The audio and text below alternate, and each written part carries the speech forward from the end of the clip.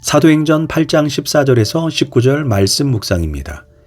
예루살렘에 있는 사도들이 사마리아도 하나님의 말씀을 받았다함을 듣고 베드로와 요한을 보내매 그들이 내려가서 그들을 위하여 성령 받기를 기도하니 이는 아직 한 사람에게도 성령 내리신 일이 없고 오직 주 예수의 이름으로 세례만 받을 뿐이더라. 이에 두 사도가 그들에게 안수하며 성령을 받는지라. 시몬이 사도들의 안수로 성령 받는 것을 보고 돈을 들여 이르되 이 권능을 내게도 주어 누구든지 내가 안수하는 사람은 성령을 받게 하여 주소서 하니. 아멘. 할렐루야. 오늘도 좋은 날입니다. 사도행전 8장 14절에서 19절 말씀 묵상입니다. 오늘은 구원 이후에 성령 충만을 사모하라 라는 제목으로 말씀을 나누도록 하겠습니다. 오늘 본문은 예루살렘에 있는 사도들이 빌립 집사를 통해 사마리아가 복음화되었다는 기쁜 소식을 듣게 됩니다. 이에 예루살렘 교회는 베드로와 요한을 파견하여 그들의 신앙을 격려하기 위해 사마리아로 내려갔습니다. 그런데 베드로와 요한이 내려가서 최초로 한 일이 무엇이냐? 15절을 보면 사마리아 성도들이 성령 받기 위해 기도했다라고 말합니다. 여기에서 베드로는 기독교인의 윤리를 가르치거나 봉사정신, 성경적 교리, 바이블 스터디를 한 것이 아닌 무엇보다 성령 받기 위해 그들을 위해 기도했다라고 말합니다. 즉 구원받은 성도에게 가장 중요한 우선순위가 바로 성령을 받도록 기도해야 한다는 것입니다. 16절입니다. 이는 아직 한 사람에게도 성령 내리신 일이 없고 오직 주 예수의 이름으로 침례만 받을 뿐이더라. 여기에서 성령이 내리신 적이 없다는 말은 사마리아 사람들이 구원받지 못했다는 의미가 아닙니다. 많은 사마리아 사람들이 빌립 집사가 전하는 예수 그리스도의 복음을 통해 구원을 체험했고 침례도 받았습니다. 그러나 아직 성령의 충만함을 받지 못했다는 것입니다. 우리가 살펴봐야 하는 말씀이 있습니다. 고린도전서 12장 3절의 말씀입니다. 또 성령으로 아니하고는 누구든지 예수를 주시라 할 수 없느니라. 즉 우리가 거듭나고 구원받을 때에도 이미 성령의 역사로 이루어진 사건입니다. 그래서 어떤 사람들은 예수님을 믿을 때 이미 성령을 받았기 때문에 성령의 충만함을 구할 필요가 없다고 말합니다. 그러나 그렇지 않습니다. 성경은 두 가지 성령의 역사를 말하고 있기 때문입니다. 바로 내주하시는 성령과 임하시는 성령입니다. 내주하시는 성령은 무엇이냐? 우리가 예수를 그리스도로 고백하여 거듭날 때 그때부터 성령님이 우리 안에 거처를 삼으시고 내주하십니다. 그 내주하시는 성령을 통해 우리는 중생하고 거듭났음을 확신하게 되는 것입니다. 그런데 구원 이후에 구원받은 성도들이 능력 있는 신앙생활을 하기 위해 2차적으로 받는 성령이 임하시는 성령입니다.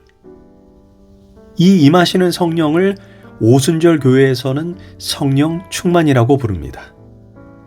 이 임하시는 성령인 성령 충만은 우리로 하여금 담대하게 복음을 전하고 능력 있게 기도하고 병을 고치고 귀신을 쫓아내고 죄악과 싸워서 이기고 담대히 순교할 수 있는 능력을 주시는 성령입니다. 다시 말해 내주하시는 성령이 자기 영혼을 구원하기 위한 성령이라면 임하시는 성령은 능력 있게 담대히 봉사와 사명을 감당하기 위해 받는 성령입니다. 예수님의 제자들을 한번 생각해 보십시오. 베드로와 요한이 구원을 받았습니까? 물론 받았습니다. 그들은 예수님과 함께 먹고 자고 기적을 목격하고 말씀도 함께 전했습니다. 예수님의 제자들은 십자가를 보았고 부활도 보았습니다. 그런데 문제는 그들에게 힘이 없습니다. 능력이 없습니다. 두려움에 쉽게 사로잡힙니다. 그러나 사도행전 2장 4절에 베드로가 임하시는 성령을 통해 성령의 충만함을 받고 한 번 복음을 전했을 뿐인데 3,000명이 회심하는 놀라운 역사를 가져왔습니다. 그 전에 베드로는 계집종 앞에서도 예수님을 3번이나 부인했습니다. 그러나 임하시는 성령인 성령 충만을 받고 나서 자신을 핍박하고 박해하고 죽이려는 자들 앞에서도 담대히 복음을 전했습니다. 또한 임하시는 성령이 임하자 안진뱅이를 일으켜 세우고 심지어 베드로가 지나가는 자리에 병자를 놓기만 해도 병을 치료받았습니다. 많은 사람들이 예수님을 믿지만 아직도 힘이 없고 능력이 없어 피투성이가 되어 죄와 맞서 싸우고 있습니다. 그러나 해결점이 없습니다. 그런 사람들은 임하시는 성령인 성령의 충만함을 사모해야 합니다. 내 힘으로는 절대로 안 된다는 사실을 기억해야 합니다. 우리는 2차적으로 임하시는 성령인 성령의 충만을 사모해야 합니다. 그런데 그 성령 충만은 언제 임하게 됩니까? 17절입니다. 이에 두 사도가 그들에게 안수함에 성령을 받는지라. 사도가 안수할 때 임하시는 성령이 임했습니다. 바로 기도할 때 일어나는 것입니다. 기도하십시오. 기도하면 임하시는 성령이 아주 빨리 임합니다. 어떤 경우에는 주의 종의 안수를 통해 더 빨리 임합니다. 그러면 안수할 때만 임하시는 성령이 임합니까? 그렇지 않습니다.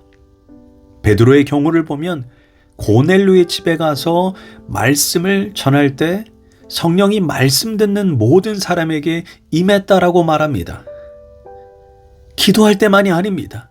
하나님의 말씀이 선포될 때, 하나님의 말씀을 들을 때도 임하시는 성령이 나타납니다. 그렇다면 임하시는 성령이 임할 때 나타나는 증거는 무엇입니까? 18절과 19절입니다. 시몬이 사도들의 안수로 성령 받는 것을 보고 돈을 들여 이르되 이 권능을 내게도 주어 누구든지 내가 안수하는 사람은 성령을 받게 하여 주소서. 여기에서 시몬은 안수로 성령이 임하는 것을 눈으로 가시적으로 보았다라고 말합니다. 일반적으로 임하시는 성령의 최초의 증거로 사도행전 2장 4절처럼 방언이 터져 나왔습니다. 그분이 우리 안으로 몰래 들어오시겠습니까? 급하고 강한 바람처럼 땅에 진동하는 것 같고 불이 임하는 것 같습니다. 이렇게 방언이 터져 나옵니다. 사도행전 10장에서도 고넬료에게 성령이 임할 때 방언을 말하고 하나님을 높였다. 이렇게 말씀합니다. 그리고 방언 기도는 다른 은사의 문을 여는 열쇠가 됩니다. 사도행전 15장 6절을 보면 성령이 그들에게 임하심으로 방언도 하고 예언도 하니, 즉 순서가 방언을 하고 그 다음 예언도 하게 되었다 이 말입니다. 이처럼 방언 이후에 예언도 하고 병을 고치고 영들을 분별하고 능력을 행하고 환상을 보고 담대히 복음을 증거하고 귀신을 쫓아내기도 합니다. 고로 우리는 승리하는 신앙생활을 위해 성령의 충만을 구해야 합니다. 그런데 여기에서 마술사 시몬에 대해서 한번 생각해 봐야 합니다. 그는 외형적으로는 훌륭한 개종자처럼 보입니다. 빌립의 말씀을 통해 이제껏 섬기던 우상을 버리고 주를 믿겠다고 신앙 고백을 했으며 회심 이후에는 침례도 받았습니다. 그러나 베드로를 통해 성령이 임하는 것을 보고 그는 그 능력을 돈으로 사려고 했습니다. 그의 잘못된 신앙이 드러난 것입니다. 우리는 예수님을 믿는 동기와 목적이 영혼의 구원과 사명에 있지 않고 혹시 이 땅에서 좀 더 풍요롭고 행복하게 사는 데에만 중점을 둔다면 비록 그 형태는 다르다 할지라도 시몬과 같은 행위가 나타나게 될 것입니다. 하나님의 능력을 돈으로 사려고 한 시몬의 행위는 옛 죄악을 여전히 가진 채 이기적인 목적으로 예수님을 따르는 자들의 모습을 보여주고 있는 것입니다. 얼마나 많은 성도가 시몬과 같은 모습을 보여주고 있습니까? 예수님을 영접했지만 예수님을 믿기 전이나 믿은 후나 똑같은 생각과 똑같은 가치관을 고스란히 가지고 와서 단지 세상에서 교회라는 무대만 바뀐 사람들이 얼마나 많은지 모릅니다. 세상에서 명예욕을 가진 사람은 교회에 와서도 역시 명예욕을 부립니다. 세상에서 음란했던 사람은 교회에 와서도 음란하고, 세상에서 자리 욕심을 가진 사람은 교회에 와서도 자리 욕심을 부립니다. 세상에서 돈을 추구하는 사람은 여전히 교회에 와서도 돈을 추구합니다. 기도하는 것을 한번 보십시오. 기도도 부자 되게 해달라, 성공하게 해달라. 예배드리는 목적도, 헌금과 11조를 하는 목적도 결국 부자 되게 해 주소서, 이런 태도 아닙니까?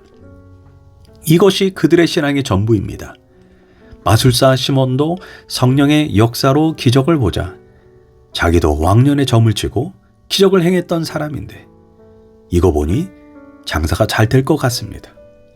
그래서 능력을 돈으로 사려고 했던 것입니다.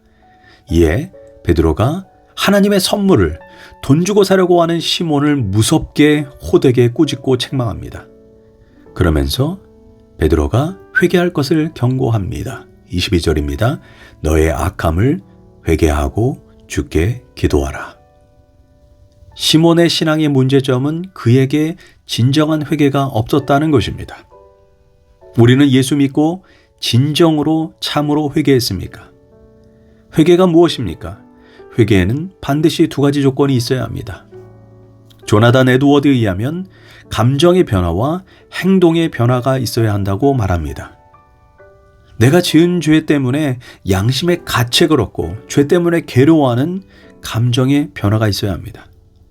때론 죄 때문에 통곡까지 해야 합니다. 그런데 여기에서 멈춘다면 진정한 회개가 아닙니다.